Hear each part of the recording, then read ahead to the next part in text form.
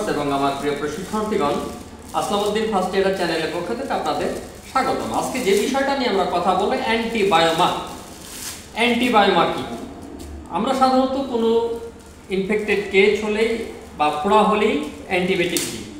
Antibiotic বিশেষ করে ফোড়ার ক্ষেত্রে আমরা যদি আগাম অ্যান্টিবায়োটিক দিই তাহলে ফোড়া বসে যাবে। অনেকেই ভুল করে বলে যে বসে যাবে, এই জন্য অ্যান্টিবায়োটিক দিয়েছি। এই কেসটা দেখতে পাচ্ছেন সেম 2 বছর আগে এটা ফোড়াটা হয়েছিল, হওয়ার ফলে কি করেছে, অ্যান্টিবায়োটিক দিয়ে দিয়েছে। এই তখন বসে গেছিল, কিন্তু 2 বছর পরে আবার ফোড়াটা দেখা দিয়েছে। এই যখনই প্রথম অ্যান্টিবায়োটিক দিয়েছে তখন শক্ত হয়ে গেছে এবং বসে গেছে, এই অবস্থাকে বলি অ্যান্টিবায়োমা। আর অ্যান্টিবায়োমা কেস আবার দ্বিতীয়বার হওয়ার সম্ভাবনা থাকে। তাহলে এই দ্বিতীয়বার হওয়ার সম্ভাবনা তাহলে আমাদের প্রথমেই ইনসিশন করা দরকার ছিল। Thank you viewers. তাহলে অ্যান্টিবায়োমা কি? আমরা ফোড়া কাঁচা অবস্থায় যখন অ্যান্টিবায়োটিক প্রয়োগ করি, যে ফোড়া শক্ত হয়ে যায় তাকে আমরা অ্যান্টিবায়োমা বলি, এবং এটা পরবর্তীতে আবার হওয়ার সম্ভাবনা থাকে, যেটা হয়েছে। Thank you. আসসালামু আলাইকুম ওয়া রাহমাতুল্লাহি ওয়া বারাকাতুহু।